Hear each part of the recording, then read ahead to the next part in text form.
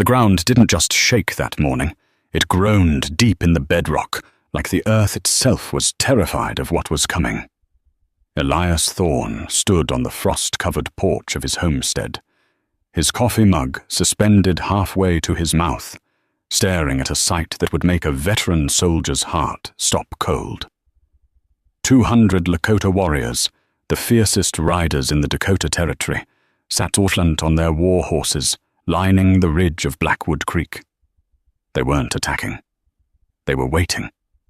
And in the center of them sat a woman with eyes like flint, a woman Elias thought was dead.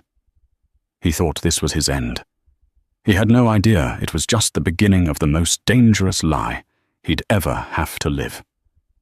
The winter of 1883 in the Montana Territory didn't just kill you. It erased you.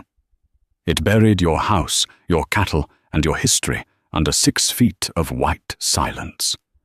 Elias Thorne lived in that silence. At 34, he was a man carved out of granite and regret. He owned 600 acres of prime grazing land at the foot of the Bitterroot Mountains, a spread the locals called the Thorne Cut, but mostly he owned ghosts. It was a Tuesday night, the kind of cold that snaps iron when Elias heard the noise. It wasn't the wind. He knew the wind's voice, it howled. This was a whimper, a soft, desperate scratching coming from the feed barn. Elias grabbed the Winchester 1873, leaning against his stone fireplace. In these parts, a noise in the barn usually meant a wolf or, worse, horse thieves from over the ridge in Deadwood. He threw on his heavy buffalo hide coat, lit a kerosene lantern, and stepped out into the biting gale. The barn was dark, smelling of sweet hay and old leather. Elias raised the lantern, his thumb resting on the hammer of the rifle. "Come out!" Elias barked, his voice rough from days of disuse. "I see you." Nothing but the shifting of his stallion Jericho in the far stall. Elias moved forward, the lantern light swinging across the wooden beams. He saw a shadow dart behind a stack of grain sacks. He didn't shoot. He lunged.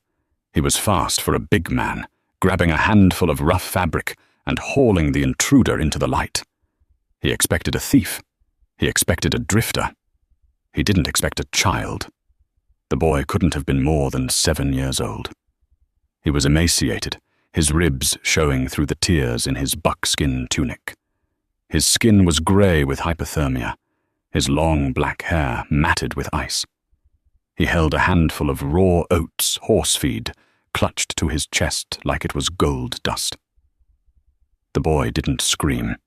He didn't cry. He just looked up at Elias, with eyes that were too old for his face, black, defiant, and terrified. He pulled a small, dull knife from his belt, slashing feebly at Elias's thick coat. It was a warrior's move, executed with a child's weakness. Elias easily caught the boy's wrist. "Easy, son, easy." The boy went limp, the adrenaline finally failing him. He collapsed, shivering so violently, his teeth clacked together like dice. Elias looked at the oats in the boy's hand. He looked at the frostbite turning the kid's fingertips blue.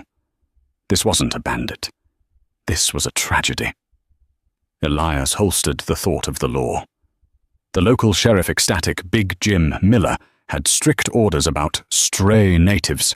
You were supposed to report them, turn them in to the reservation agents. But Elias looked at the snow driving in through the barn door. Turning this kid out now was a death sentence. "Damn it," Elias whispered. He scooped the boy up. The child weighed nothing like a bundle of dry sticks. Elias carried him out of the barn and back toward the warm glow of the cabin, unknowingly carrying the spark that would burn his entire world down. Inside the cabin, Elias went to work with the efficiency of a man used to saving calves in a blizzard. He stripped the frozen buckskins off the boy and wrapped him in thick wool blankets by the fire.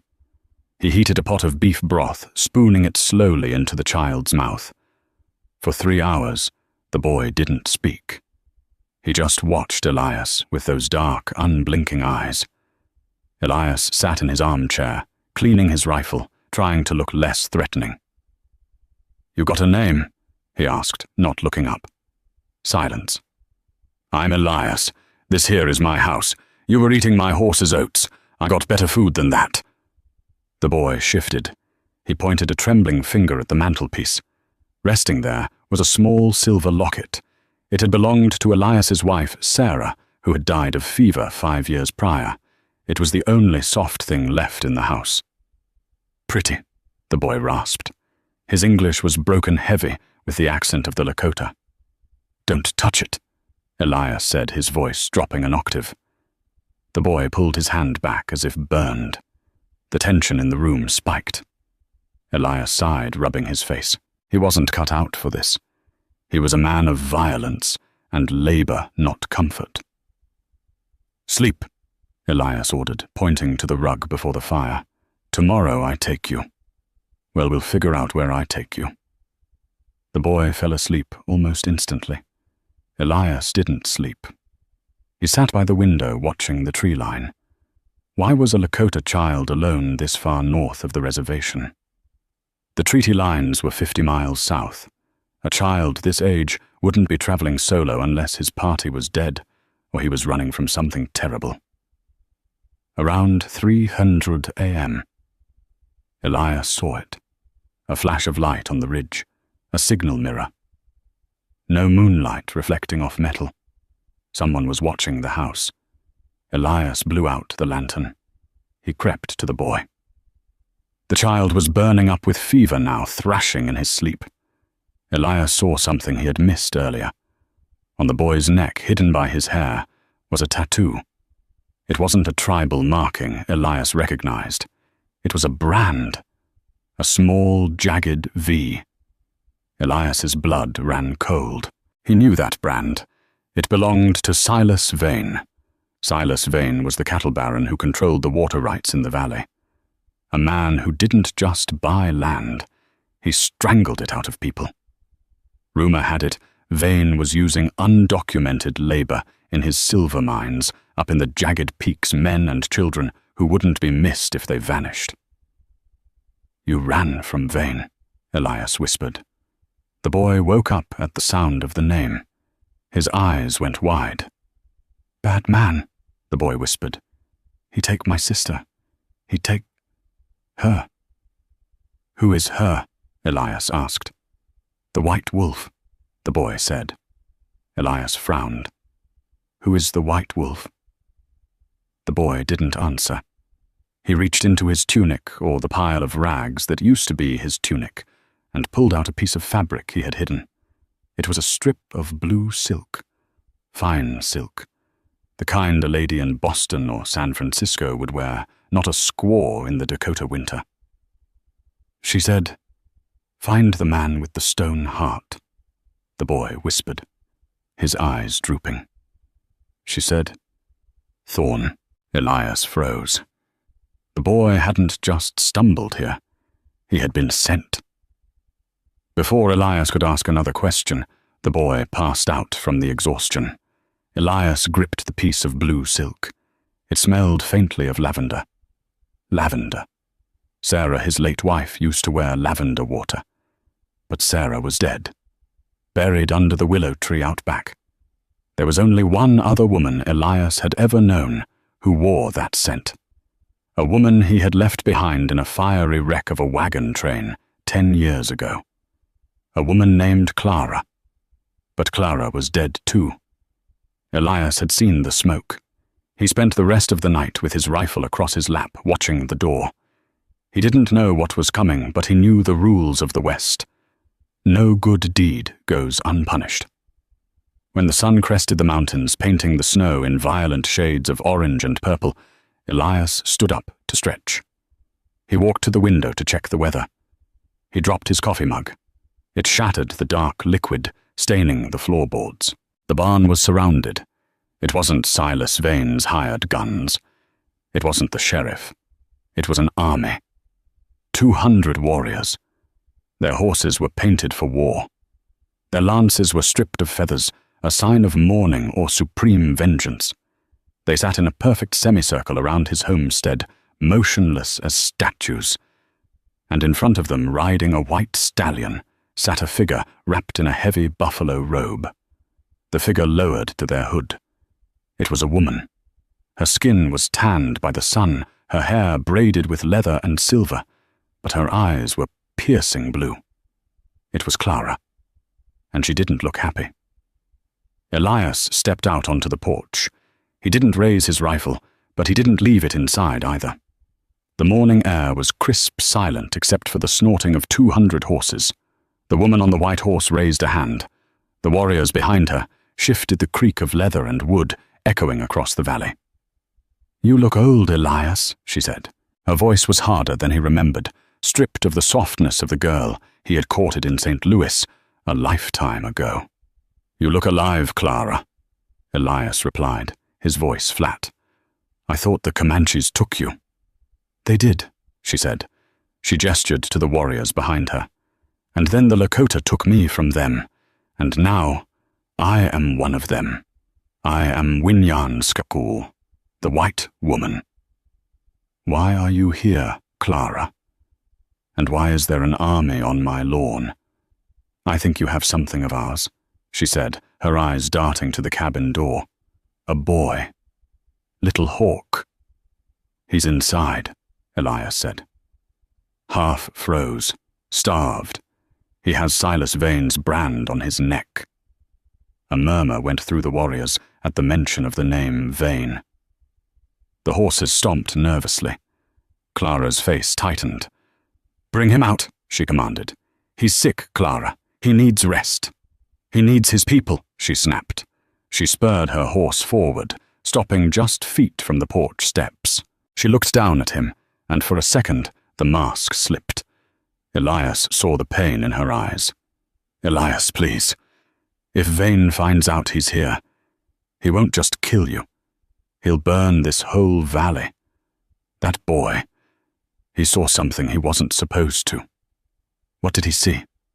Clara leaned down, her voice a whisper. "He saw what Vane is digging for in the mines. It's not silver, Elias. It's not gold." "What is it?" "It's a graveyard," she said.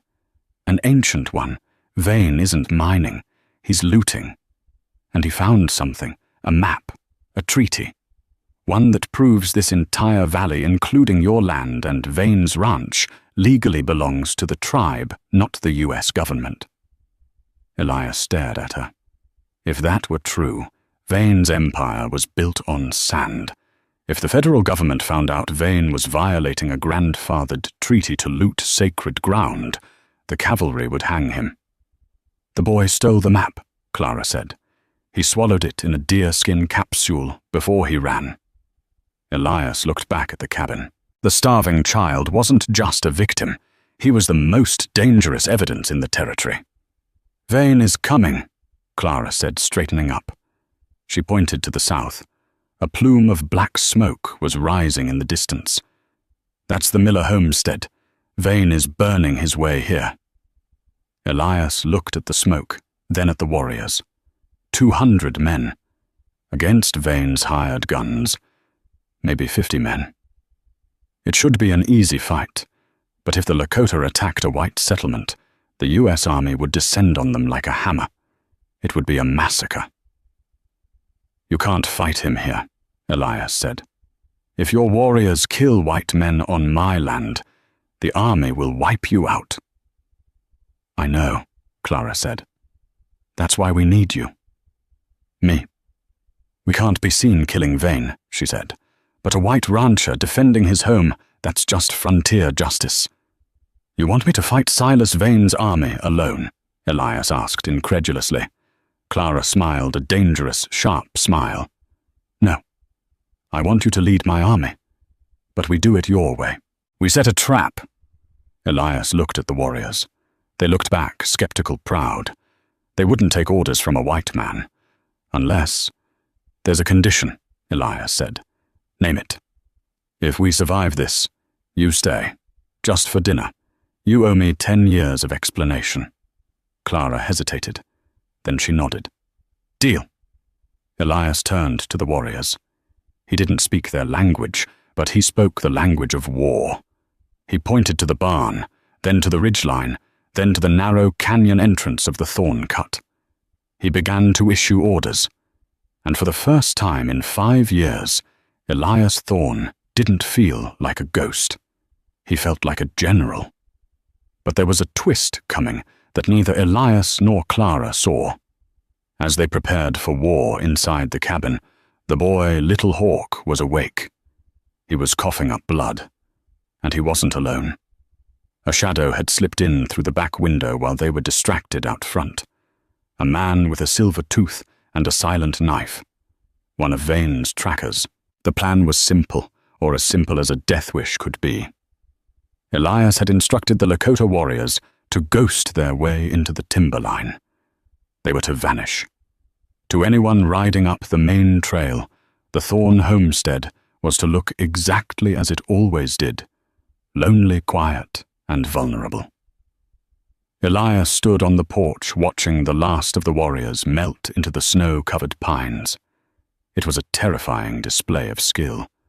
200 men and horses had disappeared in under 10 minutes, leaving nothing but churned snow that the fresh flurry was already covering up. Clara remained on her white stallion for a moment longer, staring at the front door of the cabin. Her horse pinned its ears back. "Something is wrong," she murmured. Elias checked his Winchester. "Nerves. We're about to fight a war, Clara." "No," she said, sliding off her horse with a fluidity that betrayed her years living on the plains. She dropped the reins. "The birds."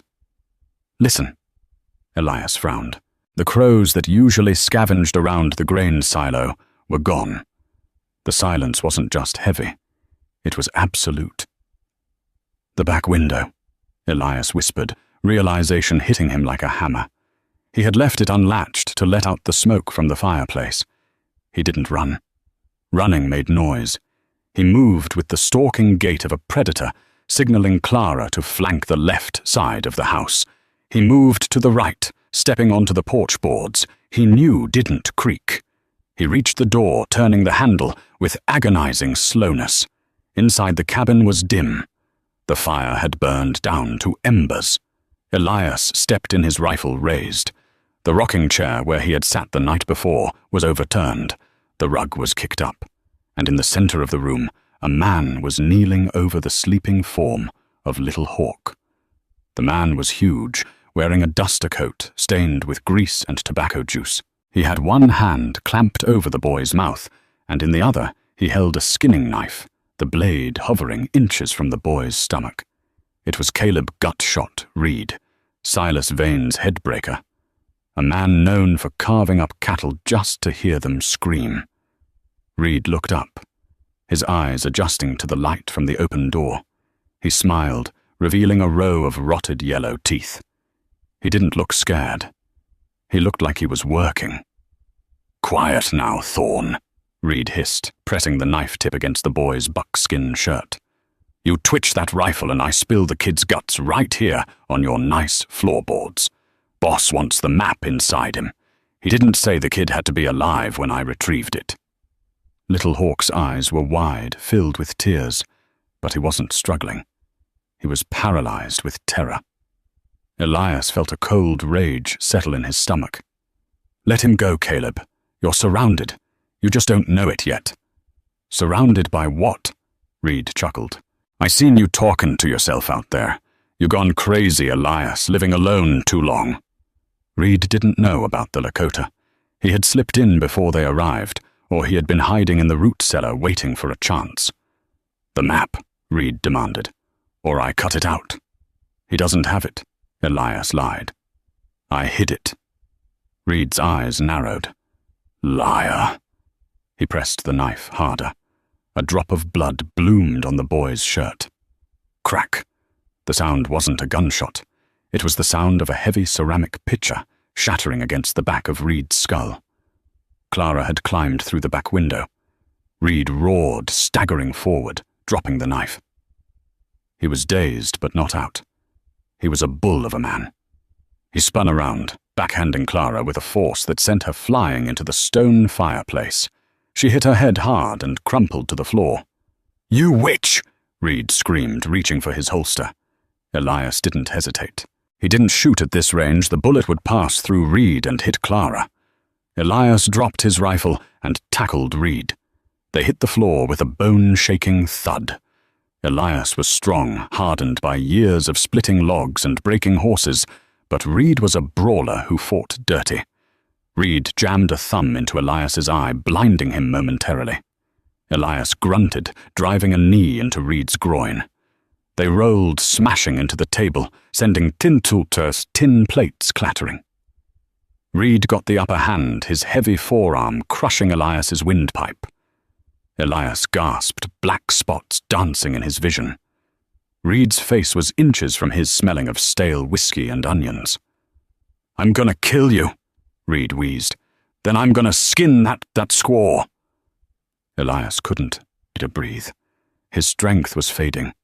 His hand scrambled across the floor, searching for a weapon. His fingers brushed cold metal. The silver locket. Sarah's locket. It wasn't a weapon. It was a memory. Not today, Elias thought. He bucked his hips, throwing Reed off balance for a split second. It was enough. Elias rolled, grabbing the fire poker from the hearth. As Reed lunged again, Elias swung the iron bar with every ounce of hate he had stored up for 5 lonely years. It connected with Reed's jaw with a sickening crunch. Reed dropped like a stone. Elias scrambled up, heaving for air, the poker raised to strike again. But Reed wasn't moving. His neck was bent at an unnatural angle. Silence returned to the cabin, broken only by the crackling fire and little Hawks sobbing. Elias dropped the poker. He rushed to Clara. She was groggy, blood trickling from a cut on her forehead, but she was awake. Did we get him?" she asked, her voice slurring slightly. "We got him," Elias said, wiping the blood from her face with his sleeve. "You okay?" "I've had worse," she said, trying to smile. "Comanche weddings are rougher than this." Elias let out a short, hysterical laugh.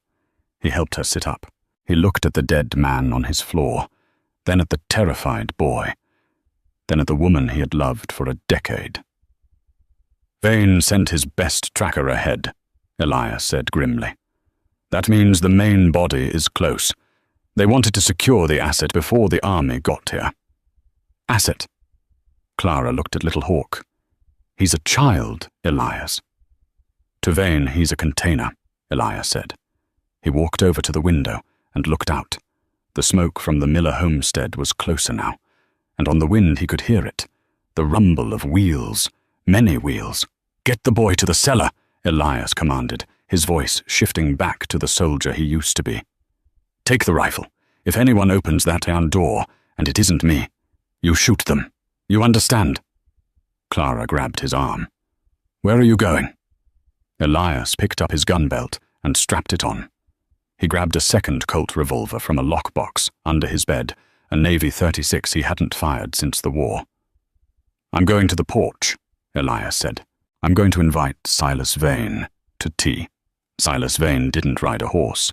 He rode in a custom-built stagecoach reinforced with iron plating, pulled by 6 black Frisians. He was a man who believed the world existed solely to be paved over by his ambition. The procession that rolled up to the thorn cut was a spectacle of intimidation. Flanking the coach were 50 hired guns mercenaries from the border wars, men with dead eyes and expensive rifles. Behind them, a wagon covered in a canvas tarp rumbled heavily. Elias sat on his porch steps, whittling a piece of pine. He looked casual, bored even. He had dragged Reed's body out the back door and covered the blood on the floor with a rug. The cavalcade stopped 50 yards from the house. Dust settled. The door of the coach opened, and a portable step was lowered by a servant. Silas Vane stepped out.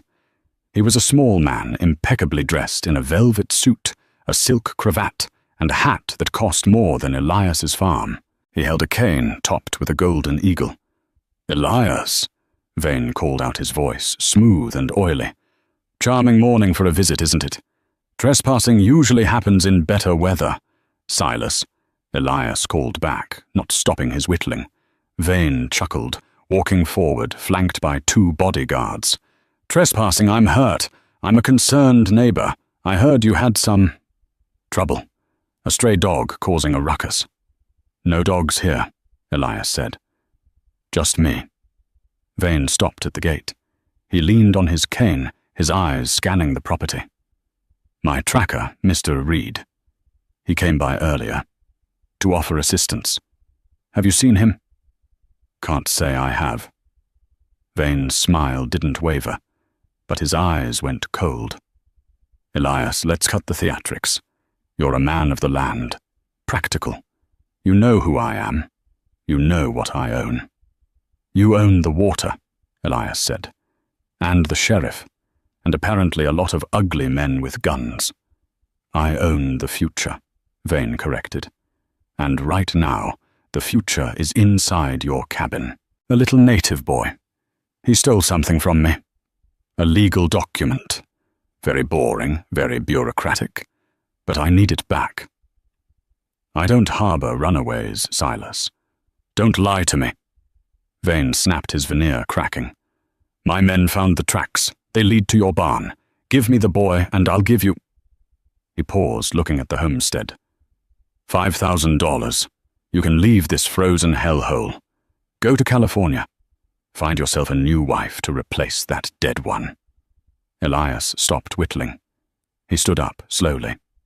The mention of Sarah struck a nerve, but he pushed it down. He needed Vane closer. 5,000, Elias asked. 10. Vane countered, sensing weakness. Gold. And if I say no? Vane sighed. He raised his cane and pointed it at the wagon with the canvas tarp. A man pulled the tarp back. Underneath was a mountain howitzer. A 12-pounder cannon, likely stolen from a decommissioned fort. It was aimed directly at Elias's front door. If you say no, Vane said softly. I turn your house into splinters. I sift through the debris, find the boy's corpse, and cut out what I need. It's messy, Elias. I prefer the clean way. Elias looked at the cannon. Then he looked at the 50 men with rifles aimed at his chest. You really brought a cannon for one farmer and a kid? Elias asked. I leave nothing to chance, Vane said. Count of 3, Elias. 1. Elias looked up at the sky. It was high noon. The sun was directly overhead, casting almost no shadows. 2. Elias put 2 fingers in his mouth and let out a whistle. It was a sharp, piercing sound that echoed off the canyon walls. Vane frowned. Calling your dog? Calling my friends, Elias said. From the ridgeline a sound emerged, a low, rhythmic thrumming. Then the war cry. It wasn't the chaotic scream of Hollywood stories. It was a disciplined, terrifying chant. Hoka. Hey. On the cliffs above the house, the snow seemed to stand up. 200 Lakota warriors rose from their concealed positions. Their bows were drawn. Their Winchesters were leveled. They had the high ground, creating a perfect kill box around Vane's posse. The horses of the mercenaries panicked. The hired guns looked up, their faces draining of color.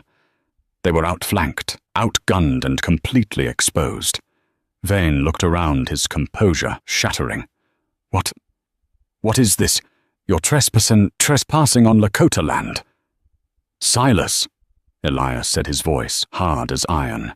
According to the treaty you're trying to destroy. Vane's face turned purple. They won't shoot. If they kill me, the army will burn the reservation. They know the consequences. They aren't going to shoot you, Elias said, stepping off the porch, his hand hovering over his Colt. Unless you give the order to fire that cannon. Then everyone dies. You first. You're bluffing, Vane hissed. You're a traitor. A race traitor. I'm a man who hates bullies, Elias said. Now tell your men to drop their guns, or we paint the snow red. Vane looked at the warriors. He looked at the cannon. He looked at Elias. He was trapped. But Silas Vane hadn't become a tycoon by backing down. he saw an opening Elias had missed. "Kill him!" Vane screamed, diving behind the wheel of his reinforced stagecoach. The mercenary manning the cannon yanked the lanyard. Boom! The world exploded. The shell didn't hit the house. It hit the ground 10 feet in front of Elias, sending a wave of dirt, snow, and shrapnel into him. Elias was thrown backward, crashing through the railing of his own porch. Chaos erupted. The Lakota warriors unleashed a volley of arrows and lead from the ridges. The mercenaries returned fire, scrambling for cover behind their horses and wagons. Elias lay in the wreckage of the porch, his ears wringing blood pouring from a gash in his shoulder. He tried to stand, but the world was spinning. Through the smoke, he saw the cabin door open. Clara ran out. She wasn't running away. She was running toward him. "Elias!"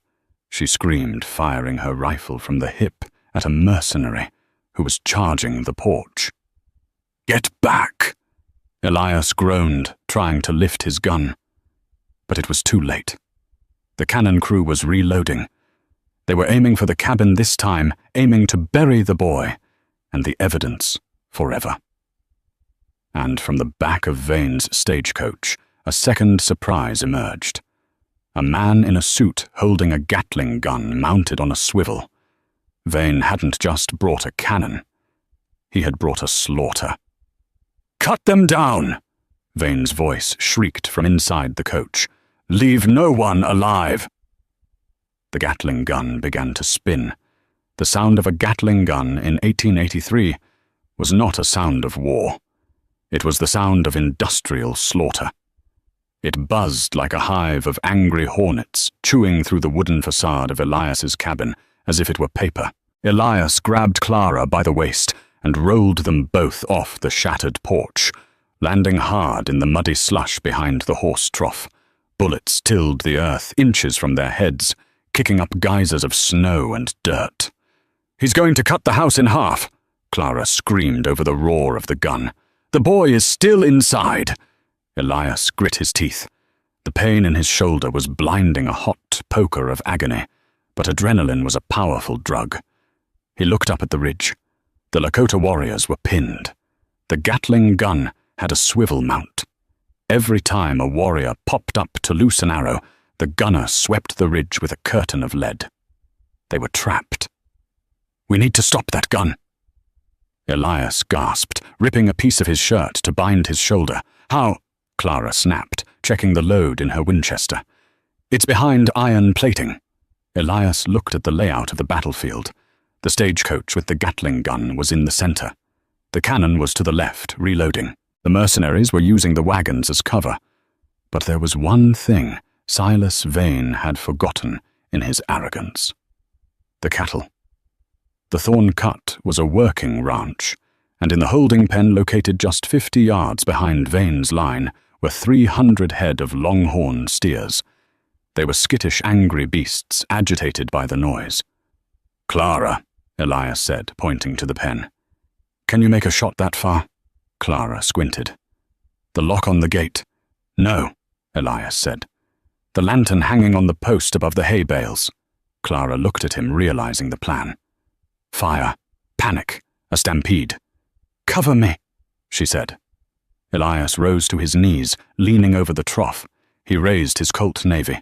He didn't have the range to hit the gunner, but he could make him flinch. He fired 6 shots in rapid succession, the bullets pinging harmlessly off the armored coach, but close enough to the gunner's slit to make him duck. The gun stopped spinning for 2 seconds.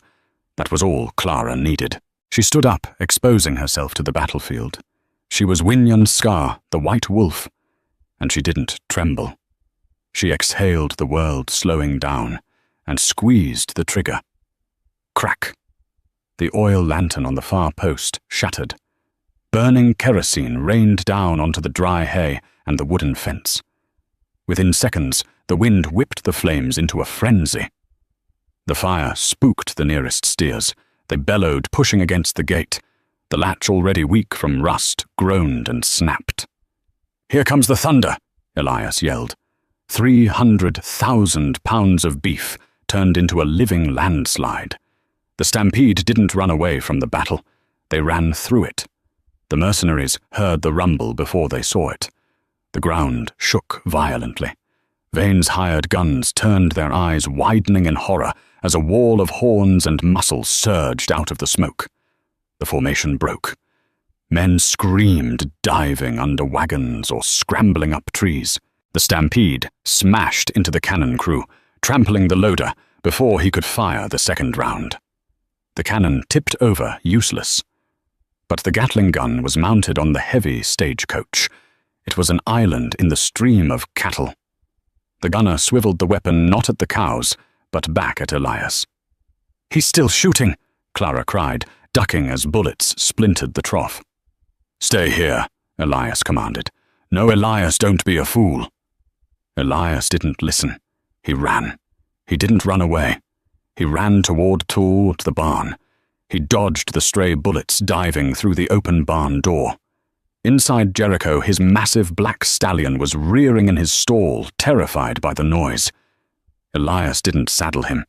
He grabbed a coil of hemp rope and vaulted onto the horse's bare back. He kicked the stall door open. "Let's fly, boy," Elias whispered. Jericho exploded out of the barn. Elias flattened himself against the horse's neck. He wasn't riding toward the ridge. He was riding straight at the stagecoach. The Gatling gunner saw him. He cranked the handle. The barrel spun. Thwip, thwip, thwip. Bullets tore up the ground behind Jericho's hooves.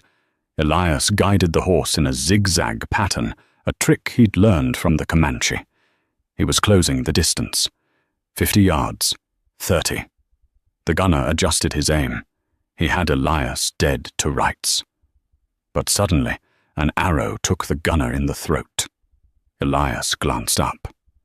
On the ridge, the Lakota chief Clara's adoptive father had stood up, ignoring the danger to loose a single perfect shot to save the man who saved his grandson.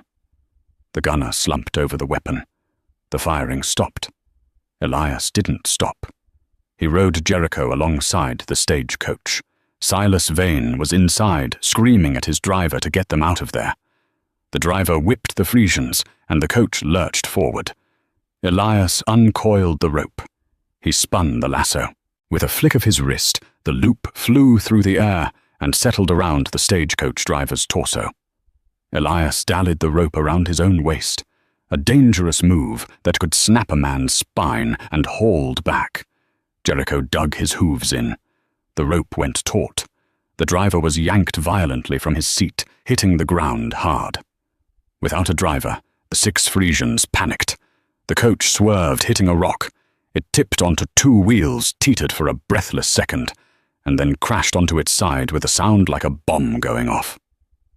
Silence fell over the valley, save for the moaning of injured men and the distant thunder of the departing cattle. Elias slid off Jericho. His legs were shaking. His shoulder was soaked in blood. He walked toward the overturned coach. Clara was already running toward him, the Lakota warriors descending from the ridge like a landslide of feathers and steel. The door of the coach kicked open. Silas Vane crawled out. He was bruised, his velvet suit torn, his wig missing. He looked small, pathetic. He reached for a Derringer pistol in his boot. Elias stepped on his hand. Vane screamed. Elias kicked the pistol away. He reached down, grabbed Vane by his silk collar, and hauled him to his feet. "You ruined my suit," Vane whimpered, delirious with shock. "I'm about to ruin your whole day, Silas." Elias growled. The silence that followed the crash of the stagecoach was heavier than the gunfire that had preceded it. The valley of the Thorn Cut, usually filled with the lowing of cattle and the whistle of the wind, was now a graveyard of broken wood and groaning men. Elias Thorne stood in the center of the carnage, his chest heaving, his left arm hanging uselessly at his side where the shrapnel had torn through the muscle. He watched the dust cloud to the south. It was growing larger, a towering wall of beige against the pristine white of the winter sky.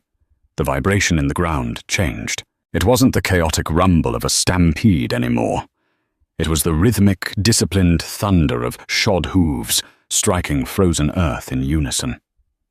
"Elias," Clara said, stepping up beside him. She had a cut above her eyebrow that wept blood into her eye, but she didn't wipe it away. She gripped her Winchester with white knuckles. "That's a full squadron. 200 men at least." Elias nodded grimly. "Fort Keogh. They must have seen the smoke from the Miller place and rode hard." On the ridgelines surrounding the valley, the Lakota warriors stiffened. They had won the skirmish against the mercenaries, but this was different. The United States cavalry was the hammer of God in the territory. If the warriors fired on the bluecoats, it wouldn't just be a battle. It would be the start of a new Indian war. The chief raised his hand, signaling his men to hold their fire. But their arrows remained nocked, their bodies tense as coiled springs. The column of soldiers crested the rise. They were a magnificent and terrifying sight. Rows of men in dark blue wool coats, brass buttons, gleaming in the cold sun, sabers rattling against their saddles. At the head of the column rode Major Henry Trent. Elias knew Trent. He was a career soldier, a man who had survived the Civil War and the border skirmishes not by being a hero but by being a bureaucrat with a saber. He was a man of rules of order, and right now Elias's homestead looked like the definition of chaos. "Holster your weapons!" Major Trent's voice boomed across the valley, amplified by the canyon walls. "By order of the United States Army, cease all hostilities immediately." The mercenaries, who were still able to walk, threw their guns into the snow, raising their hands. They knew the game was up. But the Lakota on the ridge did not move.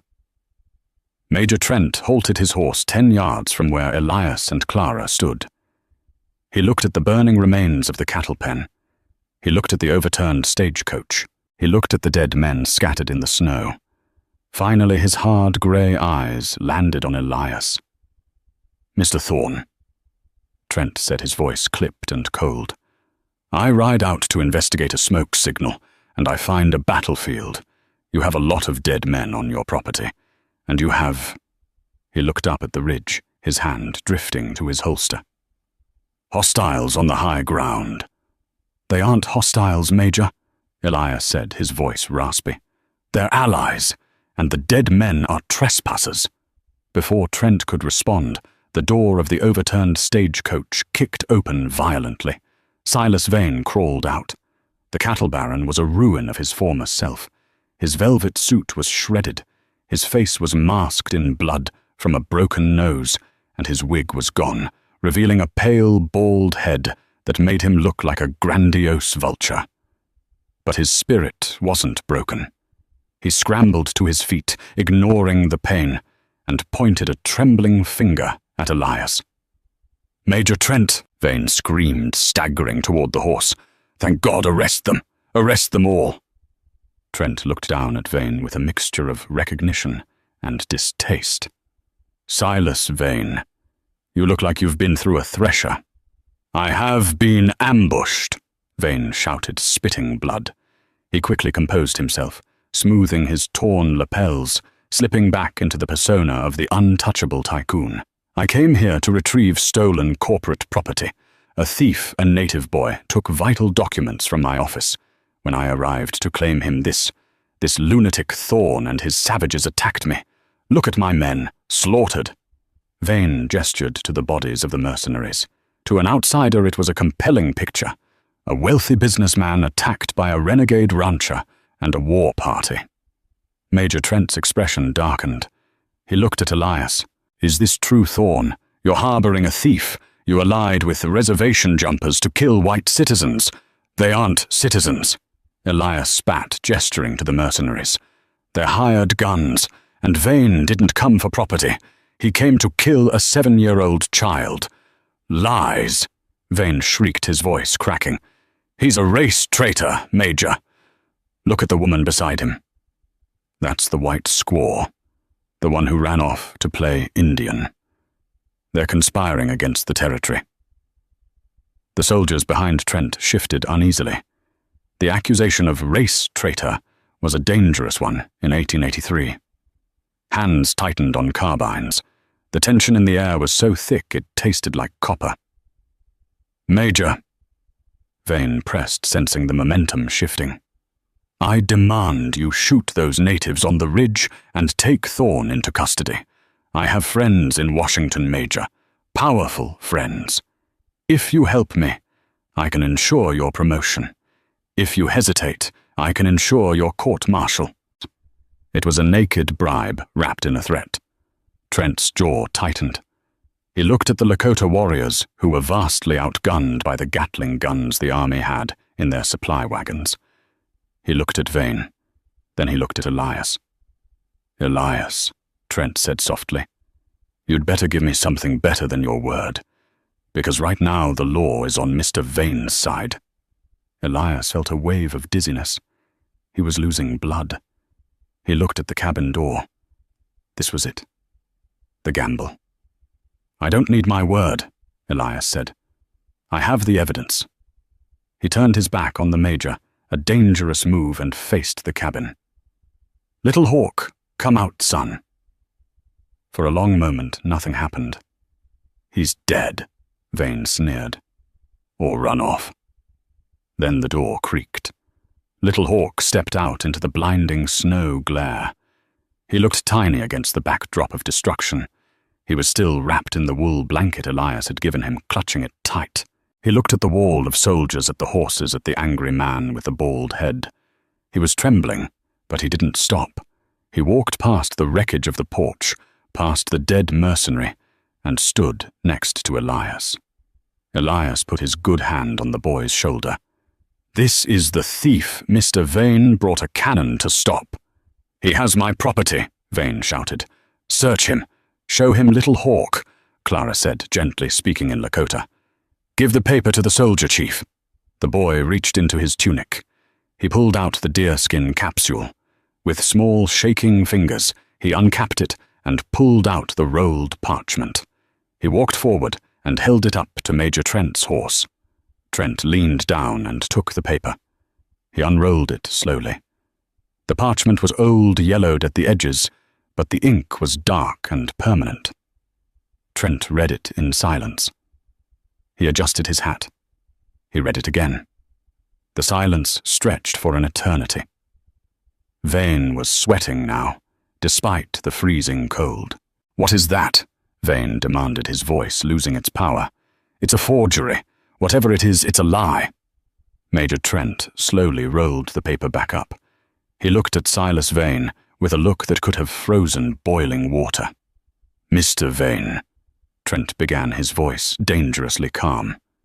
"Are you familiar with the Homestead Act and the Indian Appropriations Act of 1871? I know the law," Vane stammered. "Then you know," Trent continued, tapping the scroll against his saddle horn, "that mining operations on sovereign treaty land are a federal crime. But that's a minor offense compared to this." Trent held up the scroll. "This is the original 1868 demarcation survey, signed by General William Tecumseh Sherman. It clearly marks the Blackwood Valley, where your silver mines are currently operating as exclusion zones. Sovereign territory." "It's a mistake," Vane whispered. "No," Trent said. "It's fraud. You've been extracting silver from federal land for 3 years, Mr. Vane. You've been selling that silver and pocketing the gross profits without paying the federal territory tax, because you claimed the land was private deed. You haven't just stolen from the Lakota. You've stolen approximately $300,000 in tax revenue from the United States government." Elias watched the color drain from Vane's face. In the West, you could kill a man and claim self-defense. You could steal a cow and claim it was a stray. But you did not steal from the U.S. Treasury. That was the one sin the government never forgave. "Major," Vane gasped, stepping back. "We can work this out. I have gold in the coach. Take it. It's yours." "Bribery of a federal officer," Trent added, nodding to his sergeant. "Add it to the list." "Arrest him," Trent barked. 2 burly sergeants dismounted. They grabbed Vane by the arms. "No, no," Vane screamed, kicking and thrashing as they dragged him toward the prisoner wagon. "I am Silas Vane. I own this valley. You can't do this, Thorn. I'll kill you. I'll burn you out."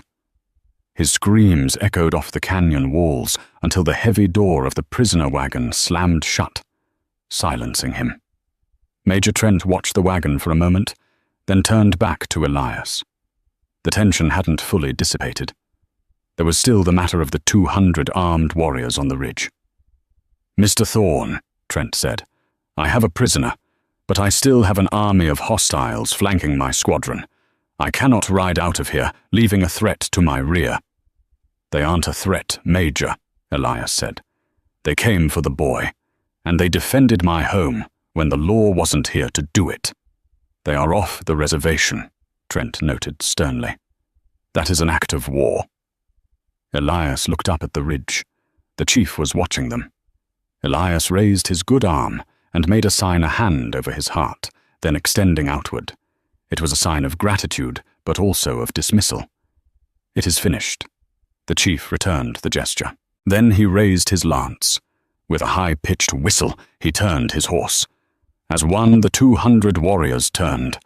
They didn't retreat. They simply vanished, melting back into the tree line and the shadows of the mountains from which they came. Within minutes, the ridge was empty. Trent let out a breath he had been holding. He looked at Elias with a newfound respect. "You walk a dangerous line, Elias. It's a dangerous world, Henry," Elias replied. Trent tipped his hat to Clara. He looked at the boy, Little Hawk, who was hiding behind Clara's skirt. "The boy," Trent said. "He's a ward of the state now. I should take him.